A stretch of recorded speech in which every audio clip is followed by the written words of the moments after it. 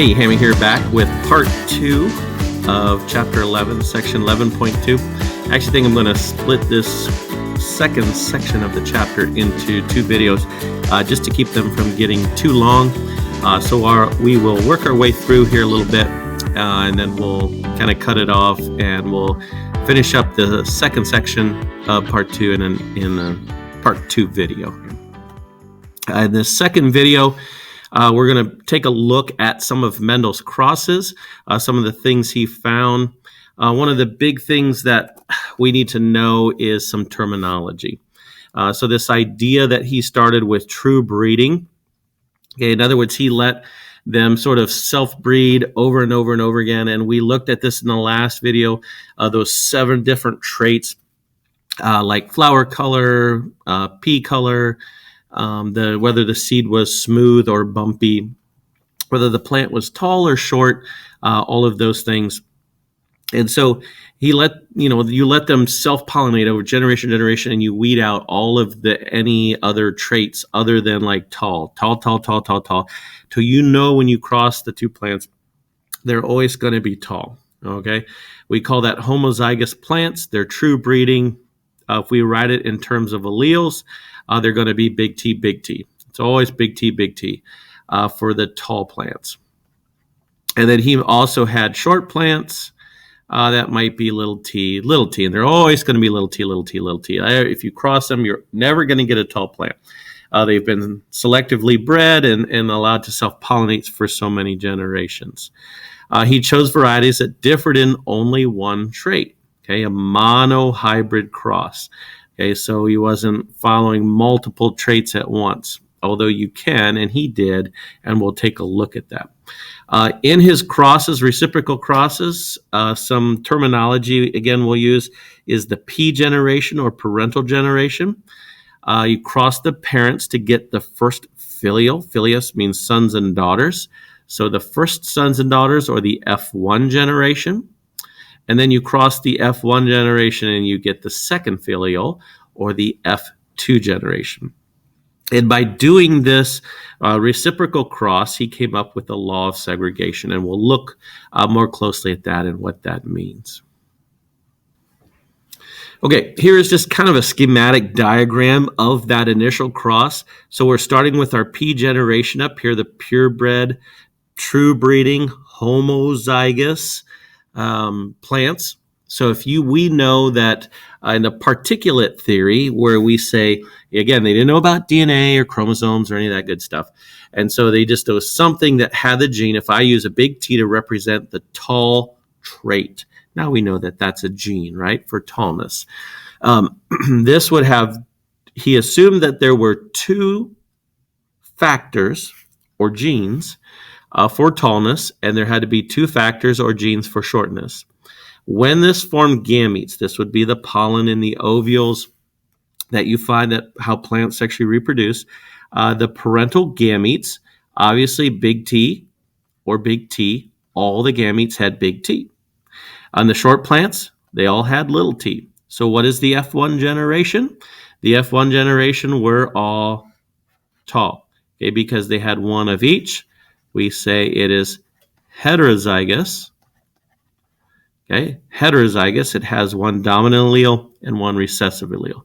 Okay, which brings up the idea of dominance, the law of dominance, which says the dominant allele will suppress or cover up or mask the expression of the recessive allele. So it's not like the blending theory where you get kind of this mix.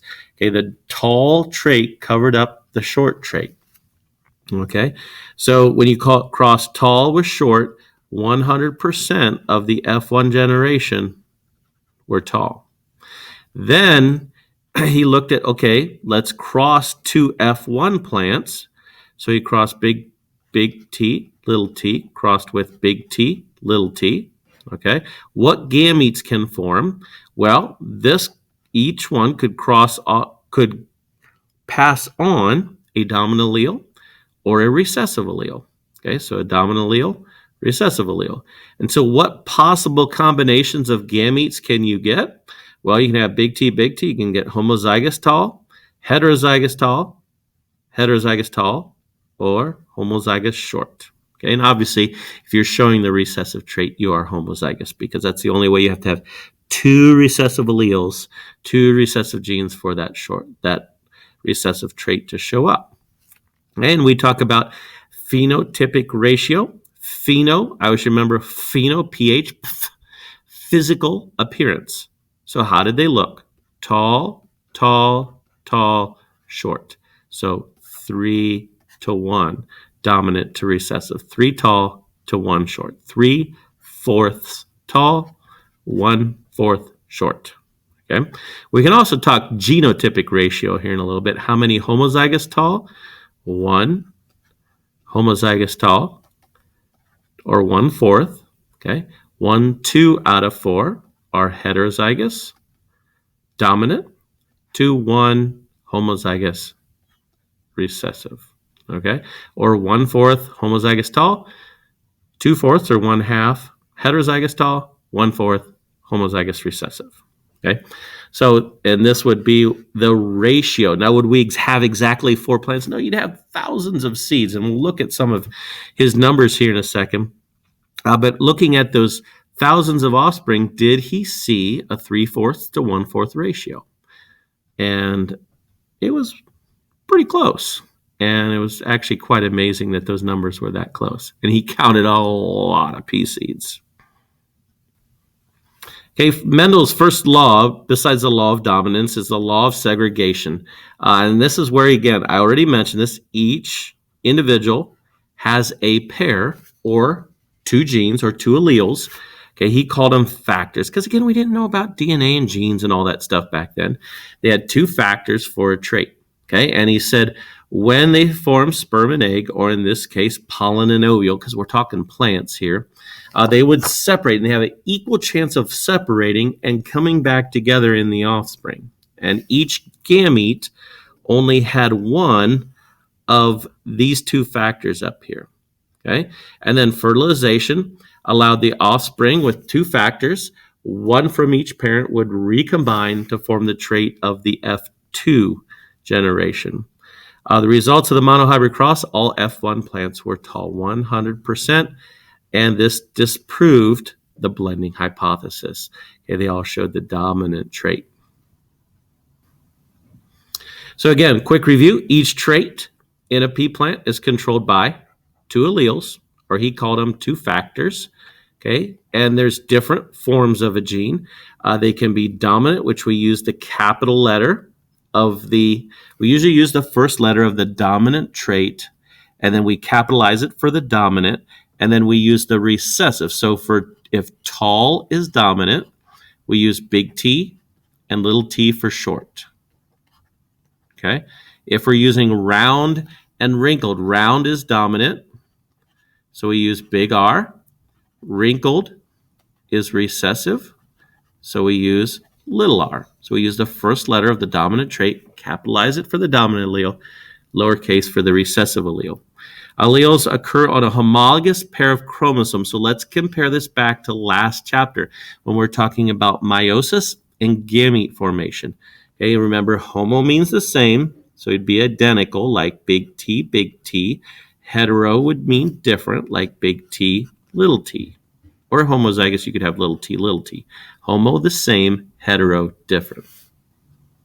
Okay, now what this slide is showing is that, remember, red and blue. So if this is maternal chromosome, this is paternal chromosome. Okay, this is not Mendel. He didn't know about this, but we are just kind of comparing it to what we know about genetics now. So let's say you got the dominant allele from the maternal, and you got the recessive gene from paternal. Okay, you would be big G, little g. You would be heterozygous. Okay, now notice before meiosis happens, there's DNA replication, and so you actually have 2 of each trait, but this is still considered big G, little g, because again, they're connected by the centromere, so they're connected. And in meiosis, these would be segregated. Okay, this is what where Mendel's segregation came in. These would be segregated into 4 of the gametes.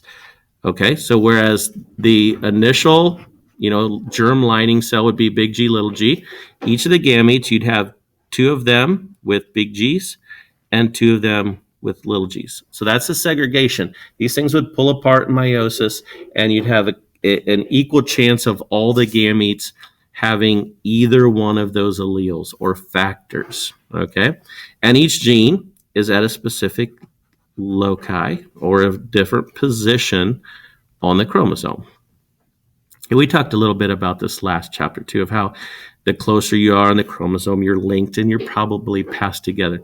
Mendel was actually lucky because of those 7 traits he picked, none of those were on the same chromosome in the pea plant, and so none of them were linked, or it would have really messed up his ratios and stuff, and things may not have worked out, and he may not have figured out some of the stuff that he did with genetics. He picked all genes on separate chromosomes. This chart is just showing some of his numbers. Remember, we had 7 traits that he was following. So if we just look between tall and short, okay, 787. I told you he counted a lot of pea seeds, right? 787 tall plants, 277 short plants. So over 1,000 plants he counted in his garden. Notice that ratio of tall to short. We said the ratio should be 3 to 1, 3/4 to 1/4. Look how close, 2.84 to 1. Very close. Inflated to constricted, 2.95 to 1, 2.96 to 1. Yellow to green seeds, 3.01 to 1. Very, very close to 3 to 1. And again, this is where it helped because Mendel was a mathematician as well as a biologist. So he was very meticulous at keeping track of his data and his numbers and applying these ratios. And we think that combination of science and math kind of helped trigger these ideas in his head and helped him to figure these things out. Okay, I already mentioned these 2 types, genotype and phenotype. Geno refers to the actual genetic makeup, so the actual allele. So genotype, that's where we say homozygous dominant, heterozygous dominant, homozygous recessive. Okay, we're talking about the actual genetic makeup. Okay, pheno is physical appearance, pH. That's how I remember them. So this is where you'd have tall, short, yellow, green, round, wrinkled. Okay, the actual physical appearance of the plant.